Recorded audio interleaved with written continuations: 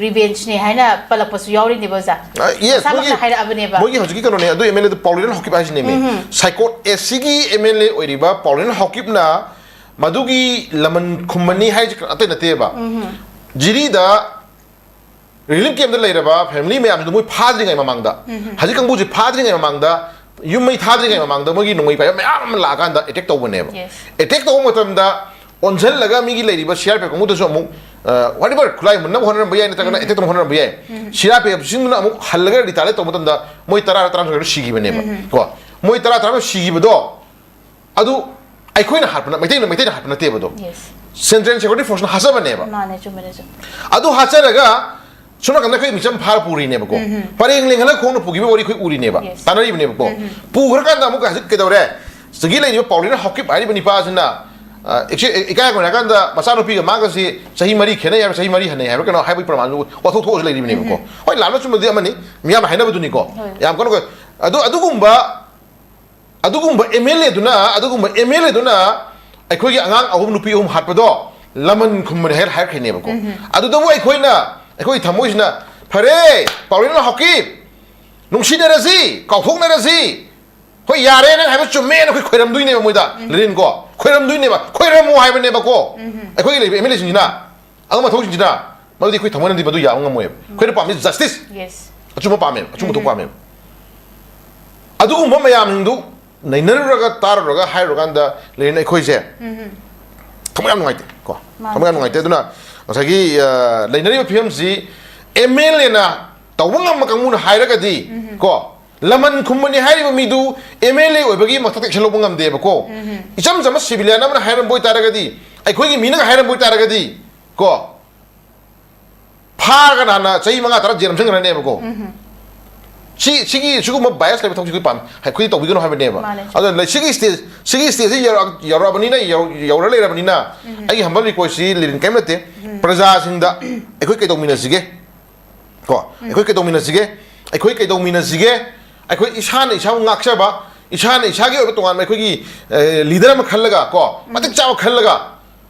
tungi miron gi manipur ama je manipur ama ipai purun thamira ma manipur ama ko manipur ama akhoi oirna na bagi khoi sagi film lo matam oire ba ko ado ngasi papers no yaw ri akhoi khitang ko tok jira kanda ko Directorate of Information and Public Relation ko DIPR na phongpa government of manipur na phongba ngasi athau bo jingi nomita phongba sida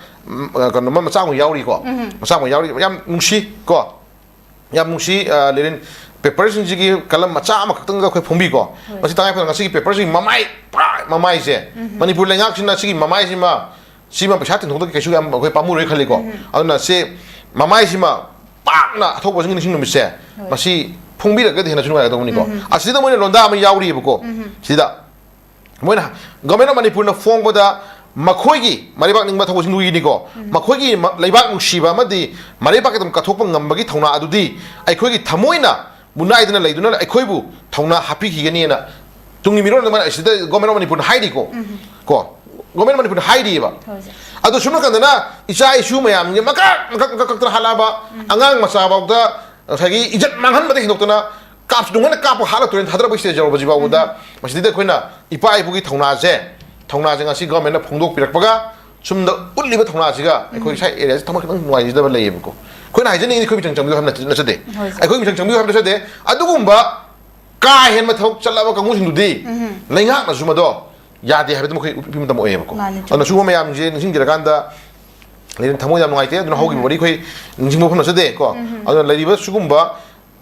da chen na ba mioi sing ko adugi angang ahum nupi hum hap du chen na ba khoi khara phare na khoi dum pau ta hare ko ta hare dum khata na kari conviction biduri no ko kari wen se no khoi ha ba ngam dri ko chata beram mani adu bo moi sing dugi marak tagi ama khatang di ko se ko da adu da chen na ba mioi ema hajik torong lawi trangjang da angang hatpa chen ba mioi ema tangkhun gi ichai nau moi taruk makak ku da hatpa chen ba mioi khra ko sigi mioi sing gi marak tagi amam dang lo khala ka da phasi taruk hatpa ya na bagi lami ro chimiu na ngak china maduna paramo horganda tungi miron da any community mana any mioi mana chugum bagi saram chapa posok se tabu ya de khang na bagi damta wariam de honing melai ba andin ko hoi ya ba ya da baduna amani asing ba tawhan ning masuk mo ta kai ma thok sing taw thok sing di ai khoi tangai fadne khoi sai area si da ꯑꯩꯈꯣꯏ ꯂꯧꯍꯟꯅꯤꯡꯕ ꯒꯣꯔꯃꯦꯟꯒꯤ ꯇꯧꯔꯝꯗꯨꯅꯤ ꯑꯩꯈꯣꯏ ꯍꯥꯏꯖꯔꯤꯁꯤꯀꯣ ꯑꯗꯨꯅ ꯂꯩꯔꯤꯕ ꯐꯤꯕꯝꯁꯦ ꯂꯩꯔꯦ ꯌꯥꯝ ꯀꯟꯅ ꯉꯥꯡꯉꯨꯔꯁꯨ ꯑꯩꯈꯣꯏ ꯄꯨꯛꯅꯤꯡ ꯅꯨꯡꯁꯤ ꯀꯣ ꯑꯗꯨꯅ ꯌꯦꯡꯕ ꯇꯥꯔꯦ ꯍꯧꯖꯤꯛ NIAꯅ ꯐꯥꯔꯤꯕ ꯃꯤꯑꯣꯏꯁꯤ ꯍꯧꯖꯤꯛꯇꯤ ꯇꯉꯥꯏ ꯐꯗꯅ ꯆꯦꯟꯅꯕ ꯐꯥꯔꯦ ꯍꯥꯏꯒꯠꯂꯛꯑꯕꯅꯤꯅ ꯀꯣ ꯁꯣꯔꯁ ꯂꯩꯔꯅꯤ ꯅꯠꯇ꯭ꯔꯥ ꯑꯗꯨꯅ ꯃꯇꯝꯗꯨꯗꯁꯨ ꯑꯩꯈꯣꯏꯒꯤ ꯀꯅꯥ ꯀꯅꯥꯅꯣ ꯑꯩꯈꯣꯏꯒꯤ ꯑꯗꯨꯝ ꯑꯉꯝ ꯑꯊꯧ ꯈꯔ ꯎꯅꯕ ꯆꯠꯄ ꯍꯪꯕ ꯆꯠꯄ ꯋꯥꯔꯤ ꯐꯔꯅ ꯇꯧꯕ ꯃꯇꯝꯗ ꯆꯤꯡꯗꯒꯤ ꯀꯥꯞꯊꯔꯛꯄ ꯅꯠꯇꯦꯅꯦ ꯍꯥ ꯁꯥꯏꯁꯤꯗꯅꯤꯅꯦ ꯀꯥꯏ ꯇꯧꯕ ꯌꯥꯝꯅ ꯑꯩꯈꯣꯏꯒꯤ ꯌꯥꯝ ꯂꯩꯈꯤꯗꯥꯏꯅꯦ ꯃꯌꯥꯝ ꯑꯃ ꯀꯣ ꯑꯈꯪ ꯑꯍꯩ ꯃꯌꯥꯝ ꯂꯩꯈꯤꯗꯥꯏꯅꯦ ꯀꯣ ꯑꯈꯪ ꯑꯍꯩ ꯃꯌꯥꯝꯁꯤꯡꯗꯨ ꯑꯗꯨꯝ ꯅꯩꯅꯕꯤꯌꯨ ꯑꯩꯈꯣꯏ ꯀꯩꯁꯨ ꯍꯥꯏꯖꯗꯦ ꯇꯧꯕꯇꯕꯨ ꯍꯧꯖꯤꯛꯇꯤ ꯃꯤꯌꯥꯝꯅ ꯀꯣ ꯑꯩꯈꯣꯏꯅ ꯈꯪꯒꯗꯧꯕꯁꯤ ꯍꯣꯏ 100ꯒꯤ ꯃꯅꯨꯡꯗ 1% ꯀꯣ 이문 만웅마다 마치면au 아빠 마사 칸나바 아빠 마사 한나바 그 아빠 마사 시부 야우바 내 마치면au 칸나바다 시부 야우바 이제 짬 만웅다 완전한 블루문 거 토에도 독보가 이제 반나 와라우나더나 농신하더나 칸나리 하라바고다 아빠 마사 한나바 마치면au 한나바가 이제 짬이 만웅다 1% 완전 블루문네요 거 짬땅 독네바 그래 이닝이디 종라우기 이슈제 그나고 미에 맞다네 거의 그슈 토는 도독네고 또 인텐스널리 떡영 떨고 강무신도디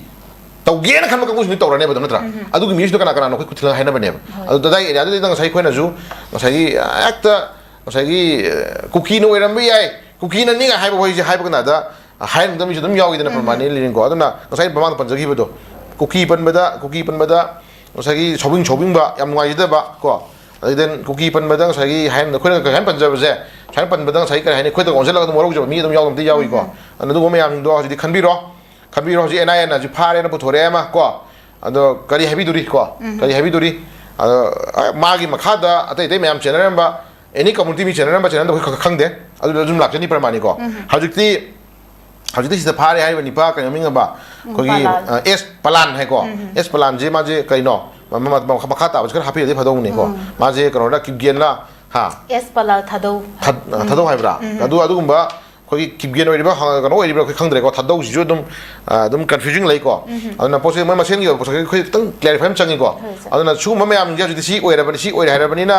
अदु बताइदा मग माजे लालौबा मगी को यूकेन ले हाइद्रो यूकेन ले फाइनान्शियल गिरि हाइदा फाइनान्शियल गिरि हाइदा अदुना फाइनान्शियल गिरि ने हाइरे अदु दे नोतना मा तोहान बा केस मैम चेनबी पाउरे को अदुम मैमजे अमुक मा नते हाइजन बनी गायन हाइबिरतुरिब्रा को नत्रगना अदुसु मोय कांगुना हजगी कांगु यूकेन मोय हाइपोरदि फबा हाइदारे को मोय नुंसीबा को मोय वंग पनबे यादब कांगु खरना मु मोय नते हाइब्रिब्रा को सम लाई को अदुना लेबाक सम इतो तोरे को मोय इतो तोरे दन येंगसि लेटसि अन हजती कोई अमबोय जस्टिस पामे अचुमदि कोई पामजै अदुना सुगुम्बा